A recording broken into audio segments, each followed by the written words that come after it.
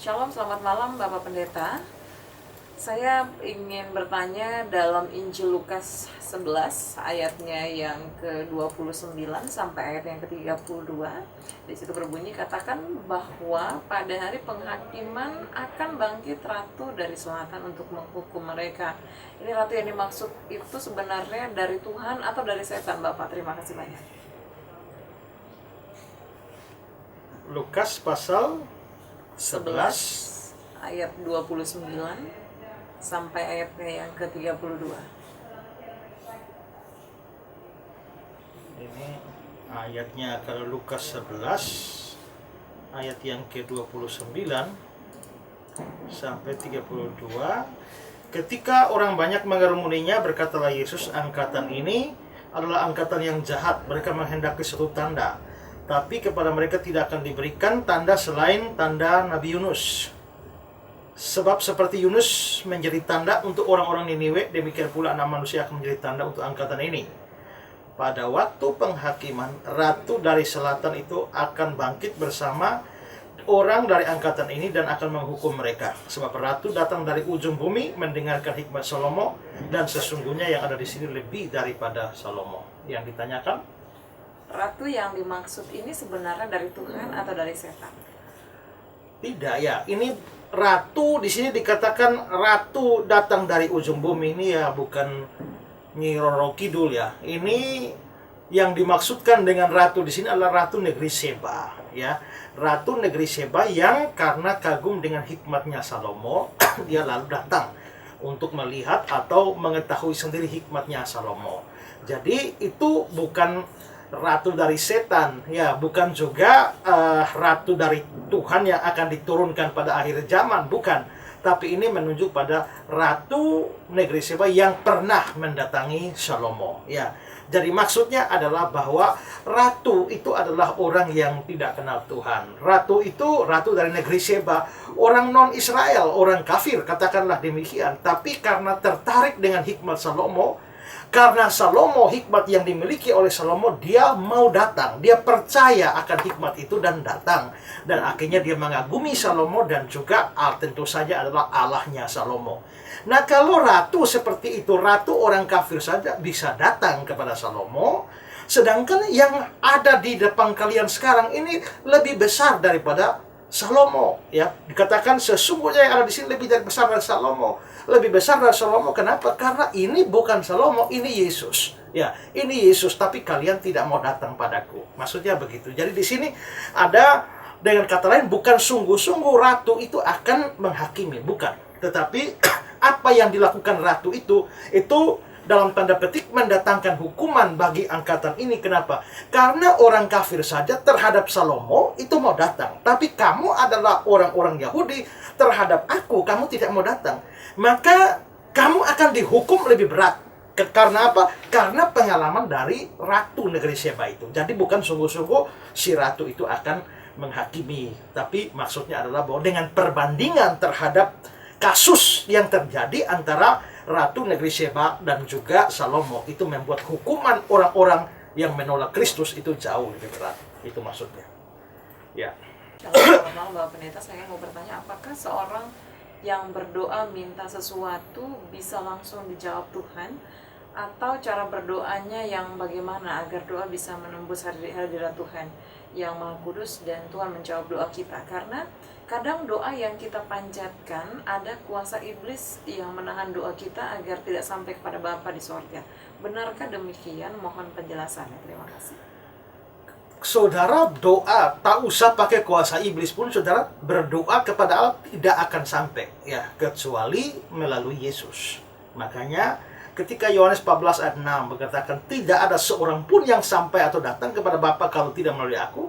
Selain itu bicara soal keselamatan, tapi itu bisa diterapkan juga dalam urusan doa, bahwa doa kita tidak mungkin sampai kepada Allah Bapa tanpa melalui Yesus. Makanya orang Kristen kalau berdoa tuh di akhir doa itu selalu dalam nama Yesus. Kalau saudara cari di Alkitab yang mengajar supaya kita di akhir doa pakai dalam nama Yesus juga tidak ada. Nah, tetapi kita kenapa selalu menyebut dalam nama Yesus, amin. Itu maksudnya adalah bahwa doa kita itu hanya bersandar pada jasa Kristus yang membuat doa kita sampai atau didengar oleh Allah. Nah, karena itu maka orang yang tidak percaya kepada Yesus, ya kita berdoa ini kan kepada Bapa di surga. Bapa kami yang di surga. Nah, kalau kita berdoa Bapa kami yang di surga, berarti yang berdoa itu mesti anak. Nah, mesti anak, bagaimana caranya kita menjadi anak? Kita menjadi anak itu hanya melalui iman kepada Kristus dalam Yohanes 1 ayat 12. Jadi kalau orang tidak percaya kepada Yesus, dia bukan anak. Kalau dia bukan anak, maka apa jaminannya bahwa doa dia didengar oleh Bapa yang di surga? Itu bukan bapaknya, ya. Nah, karena itu maka di sini tak usah pakai setan, ya. Apalagi kalau tanpa setan. Tanpa setan pun, tanpa iblis pun, doamu tidak akan sampai pada Bapa kalau kamu tidak berdoa dalam nama Yesus. Nah, yang dimaksudkan yang berdoa dalam nama Yesus bukan hanya sekedar kata-kata dalam nama Yesus, tapi kesadaran. Sadar sungguh-sungguh bahwa doa saya hanya bisa datang kepada Allah melalui Yesus. Ya, ingat, kita orang berdosa. Maka dosa itu menjadi penghalang persekutuan dengan Allah. Makanya di dalam Yesaya pasal yang ke-59, ya, dikatakan begini di dalam ayat 1. Sesungguhnya tangan Tuhan tidak kurang panjang untuk menyelamatkan, pendengarannya tidak kurang tajam untuk mendengar. Tapi yang merupakan pemisah antara kamu dan Allahmu ialah segala kejahatanmu, dan yang membuat dia menyembunyikan diri terhadap kamu sehingga ia tidak mendengar ialah segala dosamu. Yang membuat ia tidak mendengar ialah segala dosamu. Nah, karena itu maka sepanjang kita masih adalah orang berdosa, statusnya orang berdosa, Allah tidak akan mendengar kita. Nah, kecuali kita percaya kepada Kristus, dosa kita kan dihapus, ya. Nah, kalau dosa kita dihapus, maka dengan jasa Yesus itulah yang telah menghapus dosa, itulah Allah berkenan menerima, mendengar, bahkan mengabulkan doa-doa kita. Jadi yang paling penting sekarang adalah kita sudah punya Kristus, satu-satunya akses kepada Allah Bapa atau tidak. Jadi di situ titik persoalannya, bukan pada iblis atau lain-lain, tapi pada iman kita kepada Kristus. Ya. Apa yang dimaksud dari kitab Ulangan 22 ayat yang kelima itu sebenarnya maksudnya bagaimana Bapak? Saya bacakan Bapak Esra ayatnya, Ulangan 22 ayatnya yang kelima. Seorang perempuan janganlah memakai pakaian laki-laki, dan seorang laki-laki janganlah mengenakan pakaian perempuan, sebab setiap orang yang melakukan hal ini adalah kekejian bagi Tuhan Allah. Tuhan Allah memberikan peraturan, ya. Perempuan jangan pakai pakaian laki-laki, laki-laki jangan pakai pakaian perempuan. Nah, ada orang-orang persekutuan doa tertentu atau bahkan gereja tertentu yang berdasarkan ayat ini lalu melarang perempuan pakai celana panjang. Karena perempuan pakai celana panjang itu dianggap telah memakai pakaian laki-laki, dan itu menyalahi Ulangan 22 ayat 5 ini, ya. Tapi persoalannya adalah bahwa apakah memang celana panjang itu adalah pakaian laki-laki? Apakah tidak mungkin bahwa memang ada celana panjang versi laki dan celana panjang versi perempuan? Ya, lain cerita dengan rok, karena tidak ada rok versi laki-laki. Ya, nah tapi bagi saya di sini sebenarnya inti persoalan bukan pada pakaian. Karena Allah waktu menciptakan manusia dalam Kejadian 1 ayat 26-27 diciptakan dia laki-laki dan perempuan. Allah menciptakan dua jenis, yaitu laki dan perempuan. Allah tidak menciptakan jenis setengah, setengah laki-laki, setengah perempuan, ya, atau laki-laki dengan atau laki-laki yang ke perempuan atau perempuan yang ke laki-lakian. Tidak, dia menciptakan dua jenis yang tegas berbeda, laki dan perempuan. Dan karena Allah membedakan laki dan perempuan, dia tidak mau perbedaan ini dihancurkan atau perbedaan ini dikacaukan dengan penggunaan pakaian. Jadi maksudnya adalah bahwa kalau Allah menciptakan kamu sebagai laki-laki, janganlah kamu mengaburkan kelaki-lakianmu dengan berpakaian perempuan. Kalau Allah menciptakan kamu perempuan, janganlah engkau mengaburkan keperempuananmu dengan berpakaian laki-laki. Jadi di sini bukan soal pakaian sebenarnya, tapi soal kejelasan gendernya. Itu harus jelas, harus tegas. Nah, karena itu maka kalau orang laki memakai pakaian perempuan sampai orang tidak kenali lagi bahwa dia itu adalah laki-laki, itu masalah. Atau orang perempuan yang memakai pakaian tertentu sampai orang tidak tahu lagi bahwa dia perempuan, itu jadi problem. Ini saya bicara secara umum ya, bukan urusan orang mau main film ya. Kalau orang mau main film atau main drama didandani menjadi laki atau perempuan, itu lain cerita, itu hanya peranan sesaat. Tapi kalau itu menjadi pembawaannya di mana dengan berpakaian orang lalu tidak mengenali identitas gendernya, itu yang dipersoalkan di sini. Nah, coba pikirkan bahwa Allah tidak mau kelaki-lakian dan keperempuan itu dikaburkan. Allah tidak mau. Nah, kalau dikaburkan saja Allah tidak mau, bagaimana kalau diganti? Inilah yang masalah dengan transgender ya, di mana laki operasi jadi perempuan atau perempuan dioperasi jadi laki-laki. Itu penggantian jenisnya ya. Nah, jelas bahwa kalau mengaburkan saja Tuhan tidak mau, apalagi mengganti. Maka jelas menurut saya LGBT ya, lesbian, gay ya, biseksual dan juga transgender itu adalah penyimpangan dari hakikat penciptaan manusia, dan itu adalah dosa. Dan karenanya ayat ini tegas untuk membuat perbedaan antara laki-laki dan perempuan yang diciptakan oleh Allah. Ya. Dalam Matius 27 ayatnya yang ke-46, apakah pada saat itu Allah Bapa benar-benar meninggalkan Yesus, ataukah hanya hubungan antara dua pribadi Allah ini yang terputus? Matius 27 ayat 46, kira-kira jam 3 berserulah Yesus dengan suara nyaring, Eli, Eli, lama sabachthani. Artinya, Allahku, Allahku, mengapa engkau meninggalkan aku? Ya, ini kata-kata dalam bahasa Ibrani maupun juga digabung dengan Aramaik. Ya, karena kalau Ibrani murni bunyinya Eli, Eli, lama sabachthani. Kalau Aramik murni, maka dia akan Eloi, Eloi, lama sabachthani. Tapi di sini Eli, Eli ambil dari Ibrani, lalu lama sabachthani itu ambil dari Aramik. Jadi ada penggabungan di sini. Artinya tetap sama. Allahku, Allahku, mengapa engkau meninggalkan aku? Nah, jadi pertanyaan sekarang adalah, siapakah yang meninggalkan Yesus? Yesus itu adalah Allah. Lalu dia menjelma menjadi manusia, tapi tanpa kehilangan kealahannya, sehingga hakikat Allahnya tetap ada. Pada waktu dia jadi manusia, dia ketambahan sifat manusia. Maka Yesus itu satu pribadi dengan dua tabiat atau dua hakikat. Hakikat Allah, hakikat manusia. Nah, apakah pada saat dia berkata Eli, Eli, lama sabachthani, hakikat Allahnya di dalam pribadi itu yang meninggalkan hakikat manusianya? Ataukah pribadi pertama Allah Tritunggal, yaitu Sang Bapa, itu yang meninggalkan Sang Anak? Nah, saya percaya yang kedua. Bukan hakikat ilahi yang meninggalkan hakikat manusia. Bukan. Tapi memang pribadi pertama, Allah Bapa, meninggalkan Yesus Kristus. Mengapa sampai dia meninggalkan? Karena di sini ingat bahwa Allah itu adalah Allah yang suci. Matamu terlalu suci untuk melihat kejahatan. Yang menjadi pemisah antara Allahmu dengan kamu ialah dosa-dosamu. Pada saat Yesus di atas kayu salib, dia mengambil tempat orang berdosa. Dia berdiri di tempat orang berdosa. Dia yang tidak mengenal dosa dijadikan berdosa karena kita, menurut kata-kata Paulus.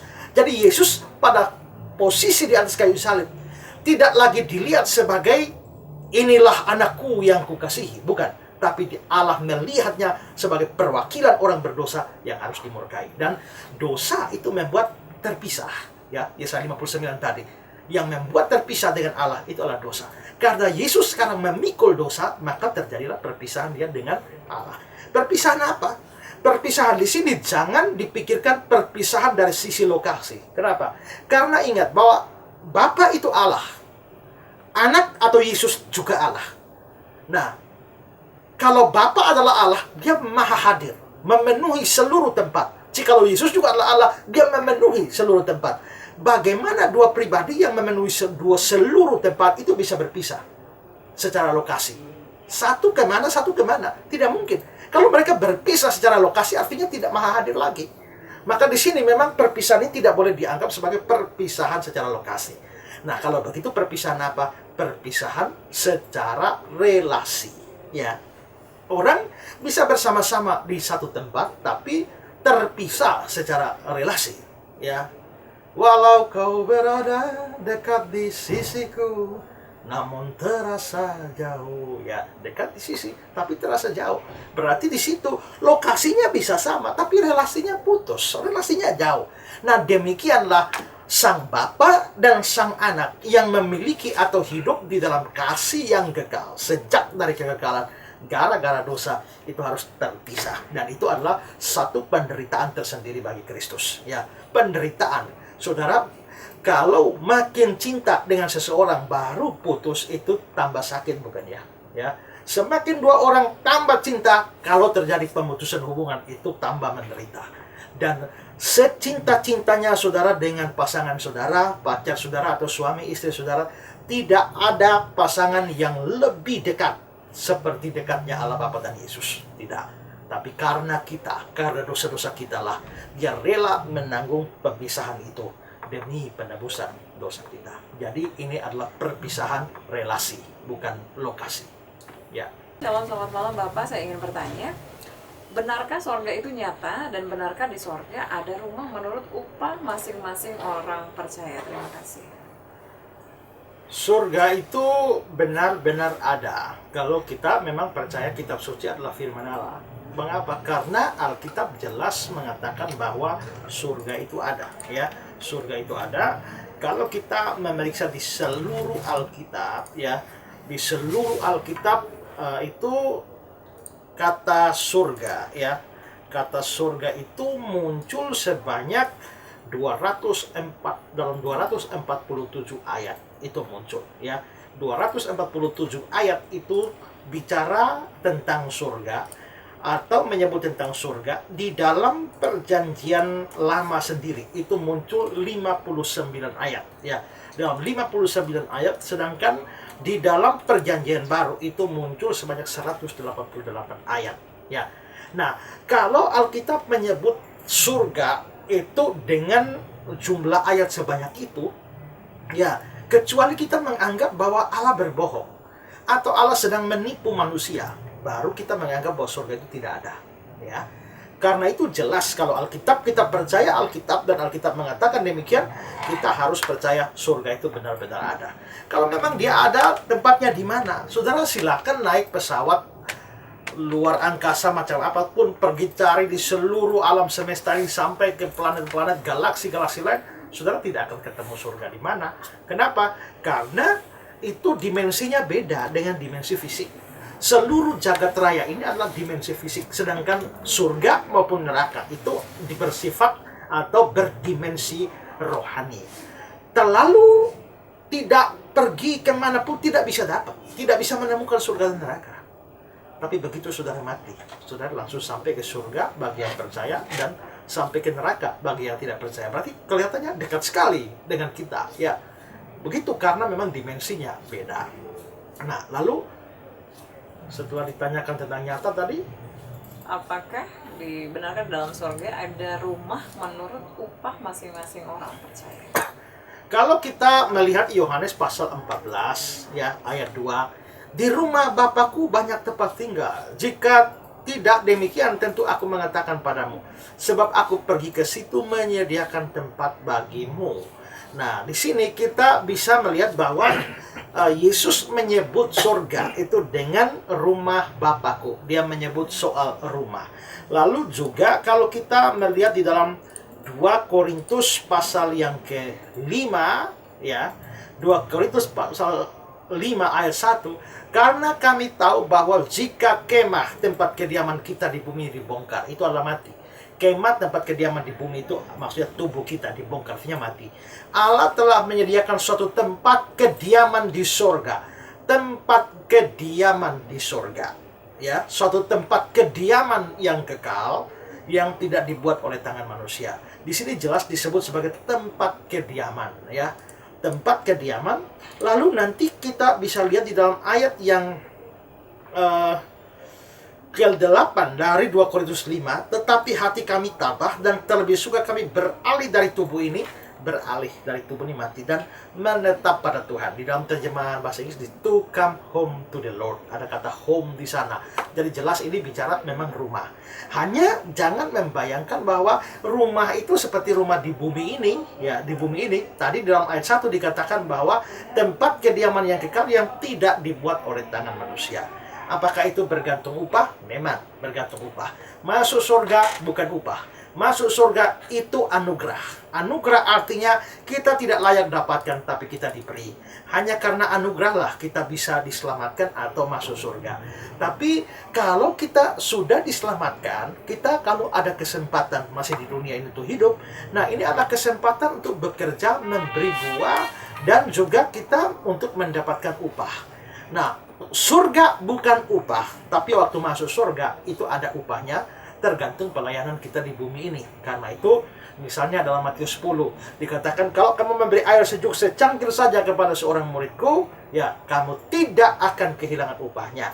1 Korintus 15 ayat 58 bilang, di dalam persekutuan dengan Tuhan, seharusnya itu tidak ada kata persekutuan, seharusnya di dalam Tuhan, ya jeripayahmu tidak sia-sia. Karena itu memang waktu kita menempati surga itu jangan heran kalau tempatnya beda-beda. Ya, di dalam Matius pasal 5 ayat 19, karena itu siapa yang meniadakan salah satu dari perintah hukum Taurat, sekalipun yang paling kecil, dan mengajarkan demikian kepada orang lain, dia akan menduduki tempat paling rendah dalam kerajaan surga. Tempat paling rendah. Tapi siapa melakukan dan mengajarkan segala perintah hukum Taurat, dia akan menduduki tempat yang paling tinggi di dalam kerajaan surga. Berarti dalam kerajaan surga ada tempat paling tinggi, ada tempat paling rendah, ya. Nah, kalau begitu memang surga ada tingkatan-tingkatannya. Tergantung apa? Ya tergantung upah kita. Ya, kalau kita kerja buat Tuhan di dunia ini, ya kerja buat Tuhan selalu manis. Ya, kalau kita kerja buat Tuhan, ya lagu dulu bilang, biar tanpa gaji selalu manis, biar tanpa gaji, tapi Tuhan tetap mencatat upahnya, dan itu akan menentukan tinggi rendahnya kita di dalam kerajaan surga. Saya ingin bertanya, maksud dari kitab Ulangan 14 ayat yang pertama itu bagaimana, Pak? Mohon penjelasannya. Ulangan 14 ayat pertama. Kamu adalah anak-anak Tuhan Allahmu, janganlah kamu menoreh-noreh dirimu atau menggundur rambutmu di atas dahimu karena kematian seseorang.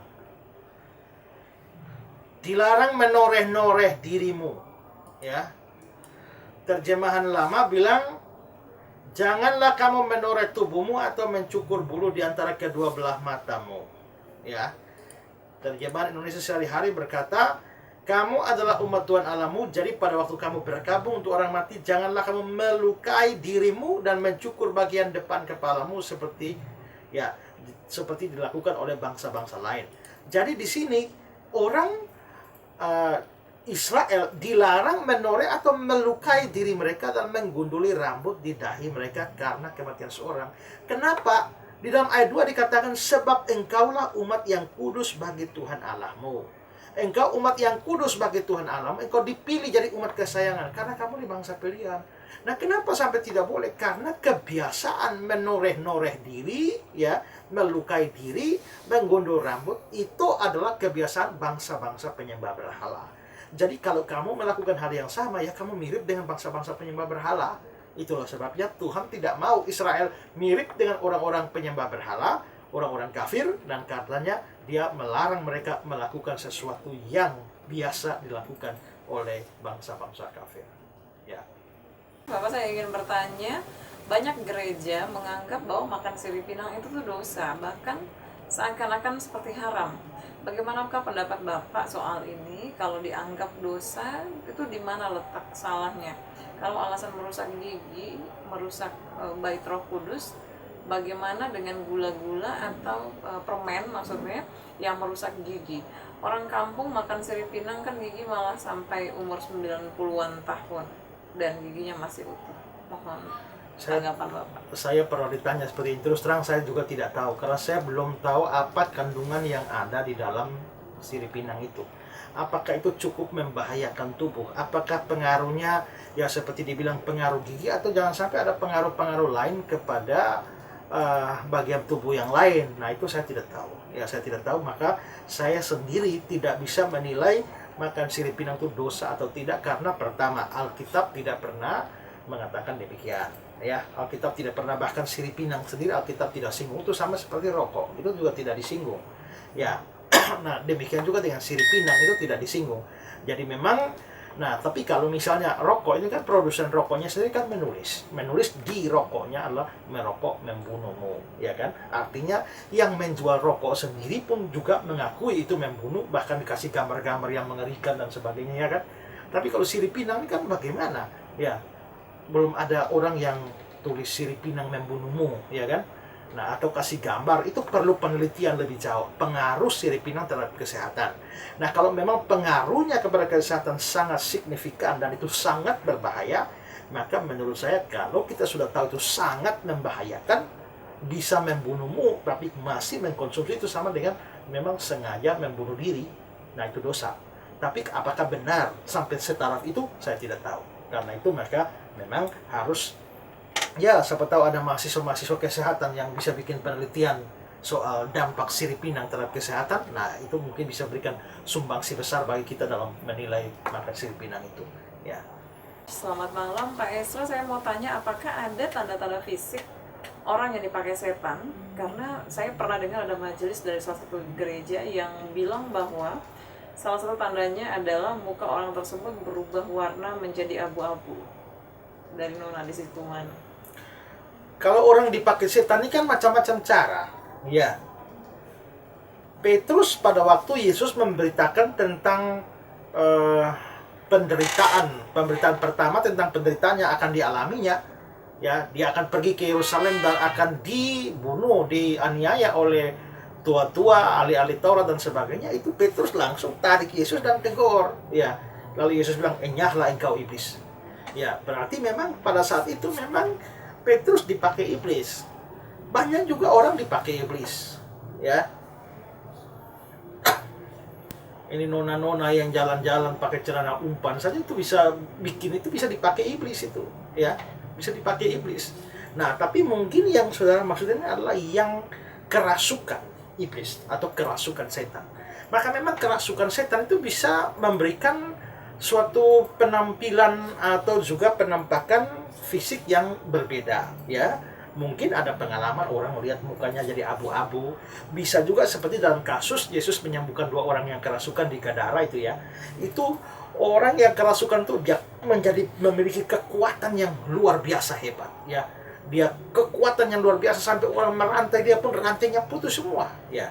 Jadi iblis bisa memberikan kekuatan yang, ya, seperti Superman yang bisa lakukan ini. Bahkan juga melumpuhkan moral. Misalnya dia membuat orang-orang kerasukan itu telanjang, ya, dan sangat menakutkan. Ya, bisa juga kalau ada pengalaman wajahnya jadi abu-abu atau merah dan sebagainya. Jadi tetap ada kemungkinan kalau itu berlaku bagi orang kerasukan. Biasanya juga suaranya dalam pengalaman-pengalaman suaranya berubah, ya. Jadi orang, kalau saya misalnya kerasukan, itu suara itu bisa berubah, ya, menjadi suara yang lain daripada suara saya, ya, lain daripada suara saya yang asli, ya. Kekuatannya bisa berubah, sorot matanya bisa berubah, itu bisa tajam sekali seperti menantang sesuatu. Bisa juga pada waktu ketakutan itu bisa ketakutan sekali. Itu bisa terjadi dengan berbagai macam-macam gejala kalau kerasukan. Tapi kalau dipakai setan secara umum, ya, seperti yang saya gambarkan tadi, saya kira hanya penampilannya biasa. Bahkan bisa juga orang dipakai setan, ya, wah itu manisnya luar biasa, ya, seksinya luar biasa, tapi dipakai setan, pakai bedaknya bagus sekali, tidak belau, itu ya, malah ada biru-birunya, merah-merahnya, itu bisa cantik, tapi dipakai setan. Ya, kalau itu pemakaian secara umum. Tapi kalau kerasukan, nah itu yang saya jelaskan tadi. Shalom Bapak Pendeta, saya ingin memperjelas pertanyaan tentang Matius 27 ayat 52 dan ayat yang ke-53 tadi. Sebenarnya siapakah orang-orang kudus yang bangkit itu? Kemudian ayat satu-satu dulu Bapak. Ya. Siapakah orang kudus yang telah bangkit? Itu adalah orang-orang percaya zaman perjanjian lama, yang mana mereka adalah orang yang beriman kepada Kristus, tapi mereka mati terlebih dahulu sebelum kasus Yesus menebus ini, ya. Yesus mati ini, ya. Jadi orang-orang disebut banyak orang kudus. Ini jelas adalah orang-orang kudus zaman perjanjian lama. Ingat, kalau kita bicara zaman perjanjian lama, kita tidak bicara kitab perjanjian lama. Kalau kitab perjanjian lama, batasnya dengan perjanjian baru ya di Maliaki dan Matius. Tapi kalau zaman perjanjian lama itu batasnya pada kematian Kristus. Sebelum Kristus mati, seluruh zaman disebut zaman perjanjian lama. Setelah Kristus mati, bangkit, baru disebut zaman perjanjian baru. Jadi batas zaman di situ. Nah, orang-orang ini kelihatannya sudah meninggal sebelum Kristus mati. Maka mereka termasuk pada orang-orang perjanjian lama. Ya, yang beriman pada Kristus yang akan datang. Baik, untuk ayat ke-53-nya di situ mengatakan mereka keluar dan menampakkan diri itu sesudah kebangkitan Yesus. Pertanyaannya, di manakah orang-orang kudus itu selama rentang waktu dari kematian Yesus sampai kebangkitan Yesus, dan setelah itu apakah yang terjadi dengan mereka? Terima kasih. Alkitab tidak bicarakan mereka ini kemana, ya, selain yang di dalam rentang waktu itu tidak diberitahu mereka kemana, tapi dikatakan sesudah kebangkitan mereka, ya, ini jadi, dan kuburan-kuburan terbuka, banyak orang kudus telah meninggal, bangkit, dan sesudah kebangkitan Yesus mereka pun keluar dari kubur lalu masuk ke kota kudus. Ingat, kuburan mereka itu bukan seperti kuburan kita, ya, yang di mesel. Jadi kalau sudah bangkit lalu tidak bisa keluar. Ini macam gua, ya, macam gua. Jadi mungkin mereka bangkit tapi baru maksudnya keluar dari kubur adalah meninggalkan kubur lalu masuk ke kota kudus. Kota kudus ini yang dimaksud adalah Yerusalem. Apa yang terjadi dengan mereka? Ya, setelah itu, ya, menurut saya mereka mati lagi. Ya, mereka mati lagi. Jadi seperti kasus-kasus kebangkitan. Kenapa menafsirkan mereka mati lagi? Karena mereka, kalau mereka bangkit hidup terus, ya, hidup terus. Nah, ini maka itu mereka memakai apa? Ya, memakai tubuh apa? Nah, karena tubuh kebangkitan itu baru dimiliki pada akhir zaman nanti. Jadi, menurut saya mereka memang bangkit lalu mati lagi. Apa pentingnya kebangkitan mereka? Ini menunjukkan bahwa karya atau kuasa salib Kristus itu tidak hanya bergerak menebus ke depan, tapi itu juga bekerja ke belakang. Ingat bahwa Yesus adalah sentralnya. Kita ada di sini. Kita beriman pada Kristus, tapi kita beriman pada Kristus yang sudah datang 2000 tahun yang lampau. Tapi orang-orang perjanjian lama itu mereka ada di sini. Mereka juga beriman pada Kristus, tapi iman mereka bergerak ke depan, yaitu mereka percaya pada Kristus yang akan datang. Nah, tapi Kristus menjadi sentral. Nah, karena itu kita seringkali percaya bahwa kuasa salib Kristus menebus kita yang di sini. Ya, kita yang 2000 tahun. Kita yang hidup sekarang pun ditebus oleh Kristus 2000 tahun yang lalu. Berarti kuasanya bergerak ke depan. Tapi kasus kebangkitan ini menunjukkan bahwa kuasa salib Kristus, penebusan Kristus sudah bergerak ke belakang, yaitu untuk orang-orang yang percaya pada perjanjian lama. Maka kita percaya juga bahwa orang-orang percaya pada perjanjian lama, mereka pun ditebus oleh Kristus yang mati ribuan tahun kemudian. Ya. Kalau Kristus, kuasa salib bisa menebus kita yang hidup ribuan tahun setelah itu, kenapa tidak bisa untuk ribuan tahun sebelum itu? Ya. Apakah seorang yang dikatakan Kristen dari kecil, sudah dibaptis, terus aktif sekolah minggu, sudah disidi dan aktif melayani, tapi seiring berjalannya waktu dia murtad? Katakanlah dia menikah dengan yang bukan Kristen, layakkah dia masuk kerajaan sorga? Dan apakah seorang Kristen yang suatu hari, katakanlah dia terlibat kasus ataupun kecelakaan ketika dia meninggal, layakkah dia masuk sorga? Karena dari kecil dia pernah dibaptis dalam nama Yesus. Terima kasih. Baptisan sama sekali tidak menyelamatkan orang. Tabis ini tidak menyelamatkan orang, ya. Jadi ada kemungkinan orang memang sudah dibaptis, katekisasi, tabisidi, KTP-nya beragama Kristen, aktif melayani, tapi bukan Kristen sungguh-sungguh. Itulah yang saya sebut sebagai Kristen KTP. Ya, Kristen KTP yang hanya KTP-nya saja yang Kristen, tapi menerima Yesus sebagai Tuhan dan Juru Selamat tidak pernah. Orang seperti itu kalau mati, biar mati dalam gereja pun dia tetap masuk neraka. Ya, tetap masuk neraka. Nah, lalu bagaimana dengan tadi disebut sebagai murtad? Kalau sampai dia murtad, memang membuktikan bahwa dia tidak sungguh-sungguh termasuk orang percaya. Kalau kita membaca 1 Yohanes 2 ayat 19, ya, memang mereka berasal dari antara kita. Orang-orang yang murtad ini berasal dari antara kita. Maksudnya di dalam gereja. Tapi mereka tidak sungguh-sungguh termasuk pada kita. Mereka dalam gereja, tapi mereka tidak sungguh-sungguh percaya. Sebab jika mereka sungguh-sungguh termasuk pada kita, jika mereka sungguh-sungguh percaya, niscaya mereka tetap bersama-sama dengan kita. Kalau mereka sungguh-sungguh percaya, mereka akan tetap sama-sama dengan kita. Tapi hal itu terjadi, kemurtatan itu terjadi, supaya menjadi nyata bahwa tidak semua mereka sungguh-sungguh termasuk pada kita. Jadi kemurtatan itu hanya membuktikan bahwa orang itu tidak sungguh-sungguh termasuk pada kita. Artinya dia tidak sungguh-sungguh beriman. Nah, jadi menurut saya kalau sampai ada orang sampai betul-betul murtad, nah lalu mati di sana dalam keadaan murtad itu, ya tetap dia tidak selamat. Nah kan dia pernah dibaptis, baptisan tidak menyelamatkan. Ya, Yudas Iskariot itu juga pasti dibaptis, ya. Pasti dia dibaptis karena dia murid Yesus. Nah, tapi apakah dia selamat? Tidak, dia binasa. Sebaliknya, kalau orang tidak dibaptis, tidak sempat dibaptis, asal dia beriman sungguh-sungguh, dia selamat. Penjahat di samping Yesus itu, dia percaya, Yesus ingatlah aku kalau kau datang sebagai raja. Imannya luar biasa. Tapi kapan dibaptis? Ya, kapan turut ikut katekisasi? Kapan tabisidi? Tidak ada. Tapi Yesus menjamin hari ini juga engkau bersama dengan aku di Firdaus. Jadi baptisan itu hanya tanda, tapi itu tidak sama sekali tidak berkaitan dengan keselamatan kita. Ya. Bapak, saya ingin bertanya, maksud dari kitab Imamat 25 ayatnya yang ke-37 itu bagaimana? Mohon penjelasan.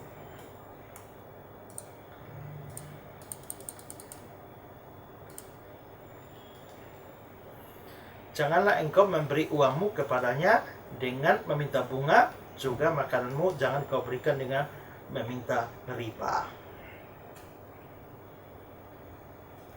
Nah, ayat ini harus dimengerti dari konteksnya sebelumnya. Nah, kalau kita lihat dari atas itu ayat yang ke-35, apabila saudaramu jatuh miskin sehingga tidak sanggup bertahan di antaramu, maka engkau harus menyokong dia sebagai orang asing dan pendatang supaya ia dapat hidup di antaramu. Jangan engkau mengambil bunga, uang atau riba daripadanya, melainkan engkau harus takut akan Tuhan Allahmu supaya saudaramu dapat hidup di antara kamu. Baru muncul ayat 37, jangan engkau memberi uangmu kepadanya dengan meminta bunga, juga makananmu jangan kau berikan dengan meminta riba. Nah, di sini kan kasusnya adalah ada orang yang saudaramu jatuh miskin. Lah bayangkan dia sudah jatuh miskin lagi. Kamu kasih makan saja butuh imbalan. Kamu kasih pinjam duit pun kamu tarik bunga sampai dia tidak bisa hidup. Ya, padahal ayat ini memberitakan supaya dia dapat hidup di antaramu, kamu harus menyokong dia. Jadi mestinya dia dibantu supaya dia bisa hidup. Tapi kalau kamu mencekik dia dengan bunga, apalagi bunga yang besar, matilah dia. Ya, jadi ayat ini justru ya menyuruh kita menyokong orang-orang yang susah, saudaramu yang jatuh miskin. Jadi jangan membuat dia seperti sudah jatuh di timpa tangga lagi. Bukan meringankan penderitaannya, malah menambah beban hidupnya. Ya. Bapak Pendeta, saya ingin bertanya, dalam nubuat kitab Daniel nanti pada akhir zaman, benarkah akan bangkit suatu kerajaan yang pernah hilang atau punah? Akan ada lagi dan muncul di akhir zaman, dan akan ada kerajaan yang kuasanya sangat besar dan seluruh dunia, bahkan bala tentara sorga takluk kepadanya. Sebenarnya pada akhir zaman, bangsa manakah atau kerajaan manakah dan raja manakah yang akan muncul, dan agama apakah yang akan menaklukkan orang-orang percaya di akhir zaman nanti? Terima kasih. Bukan, saudara ya, bukan akan muncul, sudah muncul. Ya, kalau kita melihat ya, ada dari sisi sejarah sekuler, maka pada zaman dulu itu pernah muncul satu kerajaan yang besar sekali, namanya kerajaan Assyria atau kerajaan Asyur. Nah, kerajaan Asyur ini berkembang menjadi misalnya dalam rajanya Nabukadnezar. Mereka hebat sekali menjadi kerajaan adikuasa pada waktu itu. Itu di sekitar wilayah Mesopotamia, ya, di sekitar wilayah Iran, Irak. Tapi pada saat yang sama itu juga tumbuh kerajaan lain, yaitu kerajaan Babilonia, yang mencapai kejayaannya pada zaman Nebukadnezar. Pada zaman Nebukadnezar, dua kerajaan adik kuasa ini bersaing. Pada akhirnya itu kerajaan Asyur itu berhasil digulingkan oleh kerajaan Babel. Maka berkuasalah Babel, ya, berkuasalah Babel. Hampir seluruh dunia ditaklukkan di bawah Babel, ya, di bawah Babel. Tapi sementara Babel berkuasa, itu lalu muncul lagi kerajaan yang lain. Dua kerajaan kecil, yaitu kerajaan Medi dan kerajaan Persia. Kerajaan Medi dan Persia ini lalu bergabung menjadi satu kerajaan yang namanya kerajaan Media Persia. Nah, lalu media Persia ini akhirnya berkembang. Lalu mereka menaklukkan atau menghancurkan Babilonia. Mereka menghancurkan Babilonia, lalu mereka akhirnya berkuasa. Nah, itulah sebabnya pada saat bangsa Israel ditaklukkan oleh Babel, mereka kan dibuang ke pembuangan di Babel. Tapi sementara mereka ada di Babel, itulah Babel takluk dari Persia. Karena itu muncullah seperti Raja Kores, ya, Raja Kores, Raja Artasasta yang kita baca di dalam kitab Esra, ya. Itu adalah raja-raja Persia. Nah, Persia berkuasa, maka dalam kekuasaan Raja Kores inilah orang Israel dikembalikan dari pembuangan Babel kembali ke tanah air mereka, ya, kembali ke tanah air mereka. Nah, setelah itu media Persia itu berkembang luar biasa, tapi media Persia ini kan dari kerajaan di timur, dia mau bergerak ke barat, dia berekspansi ke barat. Pada saat yang sama itu ada kerajaan di barat yang mau berkembang ke timur, Nah, lalu akhirnya bertemulah dua kerajaan. Yang dari timur mau ke barat inilah media Persia, tapi yang barat mau ke timur ini adalah kerajaan Yunani di bawah pimpinan Alexander Agung, ya. Maka terjadilah pertempuran hebat antara Yunani melawan Persia. Mereka pertempuran hebat, angkatan lautnya bertarung luar biasa, dan itu terjadi pertarungan angkatan laut itu di satu teluk yang namanya Teluk Marathon. Nah, di Teluk Marathon itu pertempuran angkatan laut dua kerajaan besar itu, akhirnya Yunani berhasil menaklukkan Persia. Pada waktu Yunani menaklukkan Persia, seorang prajurit Yunani itu lari dari Teluk Marathon itu lari ke Athena, Yunani, hanya untuk menyampaikan kabar kemenangan Yunani. Itu lari non-stop. Maka dia lari dari Teluk Marathon sampai Athena non-stop. Maka dari situlah lari tidak berhenti itu namanya lari maraton. Lari jarak jauh tidak berhenti itu namanya lari maraton. Karena sejarahnya dari situ. Akhirnya Persia hancur, Yunani berkuasa. Nah, sementara Yunani berkuasa pada zaman Alexander Agung, dia menaklukkan hampir seluruh dunia, sampai hampir tidak ada bagian yang tidak dikuasai lagi oleh Alexander Agung. Sampai ada dikatakan bahwa pada waktu Alexander Agung sampai ke Sungai Gangga di India, dia sampai menangis di sana. Kenapa dia menangis? Karena sudah tidak ada wilayah lagi yang dia taklukkan, ya. Nah, lalu Yunani berkembang besar, apalagi ditambah dengan pada saat mereka memproklamasikan satu gerakan yang namanya Helenisasi atau Helenisme. Itu adalah suatu upaya peyunanian seluruh bangsa kerajaan. Maka gedung-gedung itu menjadi gedung-gedung Yunani, bergaya arsitektur Yunani, pakaian-pakaian itu Yunani, kebudayaan filsafat Yunani itu masuk, ya. Filsafat Yunani, ilmu pengetahuan dikembangkan. Makanya semua ilmu yang kita warisi sampai sekarang semuanya kan ada logi. Itu semua kan dari bahasa Yunani. Biologi, teologi, psikologi, sosiologi, itu logi-logi kan dari bahasa Yunani semua, yaitu logos. Logos itu bahasa Yunani. Bahasa Yunani berkembang menjadi begitu pesat sampai akhirnya, saudara, pengaruhnya begitu luar biasa sampai kira-kira 200 tahun sebelum Yesus lahir itu bahasa Yunani menjadi bahasa internasional. Bahasa Ibrani terdesak. Maka orang tidak bisa belajar lagi bahasa Ibrani. Alkitab Perjanjian Lama bahasa Ibrani tidak bisa dibaca. Terpaksa di Alexandria, Mesir, 200 sebelum Yesus lahir, itu harus diterjemahkan ke dalam bahasa Yunani yang disebut sebagai Alkitab Septuaginta. Maka Yesus di dalam dunia waktu hadir juga dia baca Alkitab terjemahan Septuaginta ini. Itu jugalah sebabnya Perjanjian Baru kita ditulis dalam bahasa Yunani, karena Yunani berkembang. Nah, tapi saudara, Yunani pada akhir kematian Alexander Agung itu lalu akhirnya mulai mengerucut, lalu menjadi makin melemah, lalu muncul satu kerajaan baru, yaitu kerajaan Romawi. Kerajaan Romawi berkuasa, ya. Sekalipun Romawi penting di dalam politik dan hukum, tapi di dalam urusan kebudayaan mereka tidak bisa geser Yunani. Nah, lalu Romawi berkuasa. Pada saat Romawi berkuasa itulah Yesus lahir. Yesus lahir. Nah, dia di bawah pemerintahan waktu itu dunia di bawah pemerintahan Kaisar Agustus, itu namanya Octavianus, ya, Gaius Julius Caesar Octavianus. Nah, dia lalu akhirnya membuat namanya satu apa yang disebut sebagai Pax Romana, yaitu dia membuat seluruh daerah, membangun seluruh daerah jajahan menjadi hebat. Tapi apa yang terjadi pada Romawi? Lama-lama hancur sampai terpaksa dibagi dua. Karena Romawi terlalu besar, setelah tokoh-tokoh besar habis, seperti orang-orang besar seperti Kaisar Agustus dan lain sebagainya, itu sudah lewat, Romawi mulai lemah. Maka terpaksa dibagi dua, Romawi Barat dan Romawi Timur. Romawi Barat tetap pusatnya di Roma, sedangkan Romawi Timur itu memakai atau pusatnya ada di Istanbul, Turki. Ya, Istanbul, Turki, yang bahasa dulu itu adalah Konstantinopel di situ. Tapi akhirnya kita bisa lihat bahwa perlahan-lahan mereka melemah, apalagi ketika bangkit Islam yang lalu akhirnya menaklukkan banyak bangsa, sehingga Turki yang adalah pusat dari Romawi pun, itu Romawi Timur pun akhirnya hancur. Nah, lalu di dalam kitab Daniel kita membaca bahwa pada zaman raja-raja Allah akan membangun suatu kerajaan di mana semua musnah, tapi dia tidak. Siapa? Ya, itu bukan kerajaan secara jasmani, tapi itu kerajaan bersifat rohani, dan itulah kerajaan Yesus Kristus. Ya, itulah kerajaan Yesus Kristus. Yesus Kristus adalah raja itu. Makanya di dalam nubuatan Yesaya 9 ayat 5, dialah raja damai. Sekalipun di situ dibilang Prince of Peace, tapi besar kekuasaannya. Ya, di dalam saya baca di dalam Yesaya pasal 9 ayat yang ke-6. Ya, Yesaya 9 ayat 6 dikatakan, besar kekuasaannya, damai sejahtera tidak akan berkesudahan di atas tahta Daud di dalam kerajaannya, karena ia mendasarkan mengokohkannya dengan keadilan, kebenaran dari sekarang sampai selama-lamanya.